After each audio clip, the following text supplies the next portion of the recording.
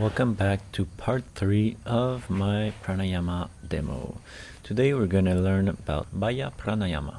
First of all, the word Banda means to hold, tighten, or lock. These definitions describe the physical action involved in the Banda practices and their effects on the pranic body. Whereas mudras redirect prana by linking up certain circuits in the pranayama kosha, bandhas redirect this and store it by blocking the flow in certain areas of the body, thus forcing it to flow or accumulate in other areas. During the practices, certain parts of the body are contracted. This action also massages, stimulates, and influences the muscles, organs, glands, and nerves associated with that specific area. There are 3 bandhas: Jalandhara, Udiana, and Mula, and a 4th, mahabanda, which is a combination of all 3. These bandhas contract the region of the throat, abdomen, and pelvic floor respectively. One gains the maximum benefits from pranayama when retention is practiced with the bandhas. There are many reasons for this. Pranayama stimulates the flow of prana, and when the pranas are stimulated, one must have a means of forcing this pranic energy towards the higher centers. Therefore, one needs to create a negative pressure similar to what is used in pumping water, which will push the pranic energy up through the spinal cord. The bandhas create such a pressure. They control the flow of prana and direct it to the required areas. They also help in releasing the 3 granthis, which is another name for saying the main blockages or attachment that confronts the sadhaka. The first one is called Brahma Granthi. It controls Muladhara and Svadhisthana chakras and creates fears and insecurities, attachments to material objects, sensual pleasures, and selfishness. The second is called Vishnu Granthi. It controls Manipura and Anahata chakra and creates bondage to other people, emotional relationships, and attachment to emotional situations. The third and last one is Rudra Granthi. It controls Vishuddhi and Ajna chakra and represents the obstacles created by the power of the intellect, along with attachment to siddhis or other higher psychic experiences. As long as the knots exist, the negative power of the chakra manifests, but when they are released, the positive powers of the chakra manifest. The building up of prana during this practice of banda releases these knots of bondage so that the sadhaka is free to attain what lies beyond all attachment. The first lock that we're going to explore together is called Jalandhara, the throat lock. So first, sit comfortably with your head and spine straight. The knees should be in firm contact with the floor for this exercise. Place the palms of the hands on the knees, close the eyes and relax in the position. Inhale slowly and deeply and exhale completely. While retaining the breath, bend the head forward and press the chin tightly against the chest. Straighten the arms and lock them firmly into position, pressing the knees down with the hands. Simultaneously, hunch the shoulders upwards and forward. Remain in this locked position for as long as the breath can be held comfortably. Do not strain. Relax the shoulder, bend the elbows and slowly release the lock. Raise the head and then exhale. And this is the full circuit of Jalandhara, which you would repeat until you feel you've mastered it. Keep in mind that the inhalation and exhalation must only be performed when the chin lock and arm lock have been released and the head is fully upright. A precaution to keep in mind is that although the neck lock reduces blood pressure, long retention of the breath can strain the heart. So refrain from this practice if any vertigo or dizziness arises. People suffering from cervical spondylosis or high intracranial pressure, vertigo, high blood pressure, or heart disease should not practice this exercise. If done properly, what you can expect from this exercise: mental relaxation, relieving stress, anxiety, and anger. It also develops meditative introversion and a one-pointedness, which is perfect for meditation. The stimulation on the throat helps to balance thyroidal function and regulates the metabolism. So let's Move on to the next lock, which is abdominal lock called Udiana Banda. Start by sitting again in a meditation pose, enabling the knees to touch the ground. Place the palms of the hands flat on the knees and close your eyes and relax your whole body.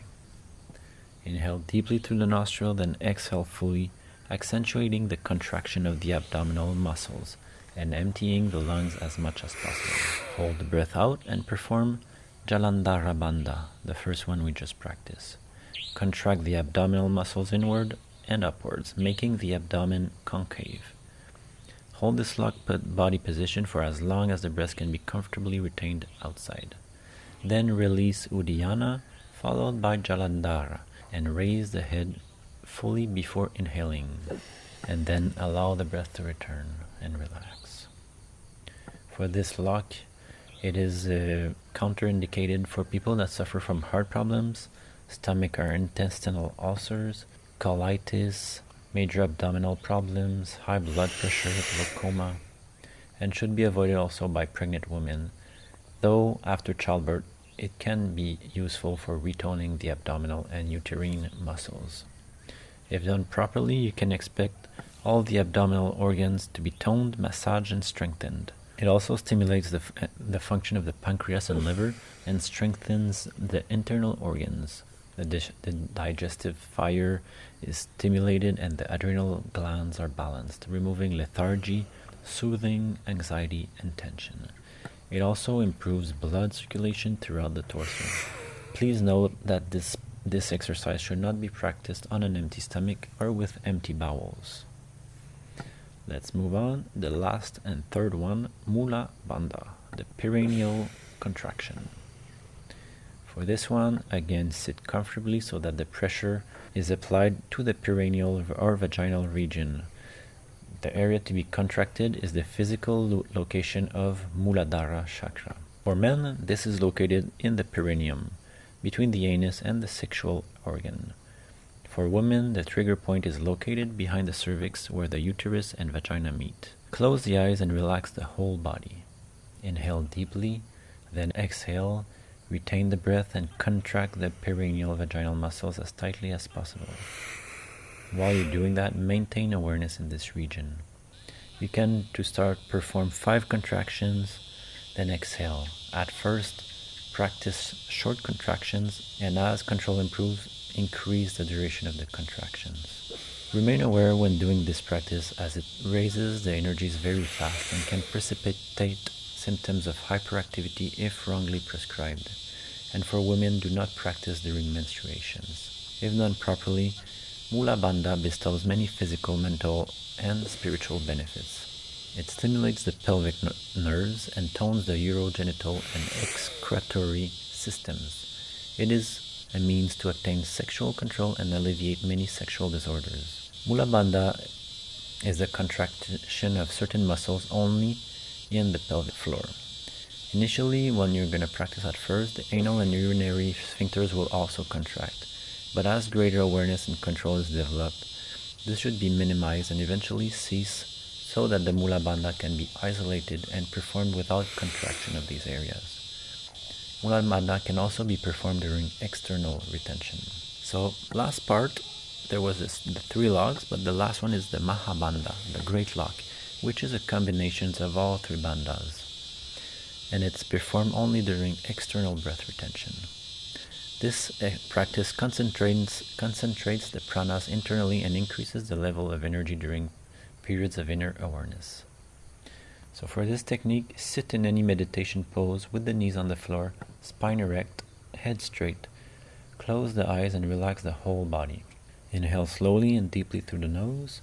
Exhale forcefully and completely. Retain the breath outside. Successfully perform Jalandhara, which is the throat, Udiana, the belly, and the Mula Banda, the root, in this order. Hold the bandas and breath for as long as it is comfortable without straining. While holding mahabanda, rotate the awareness for a few seconds from Muladhara to Manipura to Vishuddhi a number of times. Start from Muladhara each time. After a comfortable period, release Mula, Udiana, and Jalandhara Banda in this order. Inhale slowly only when the head is upright. And this is round 1. Benefits from mahabanda includes it affects the hormonal secretions of the pineal gland and regulates the entire endocrine system. The degenerative and aging processes are checked and every cell of the body is rejuvenated. It also introverts the mind prior to meditation. When perfected, it can fully awaken prana in the main chakras, and it leads to the merger of prana, apana, and samana in Manipura chakra, which is the culmination of all pranayamas, and which is also the reason why I put this exercise in the full pranayama session almost at the end. This being said, if you have not yet checked it out, I have a guided meditation that is perfect to be done after the pranayama sequence. And all of this is available on my website for free, and you can even download them in audio on the website.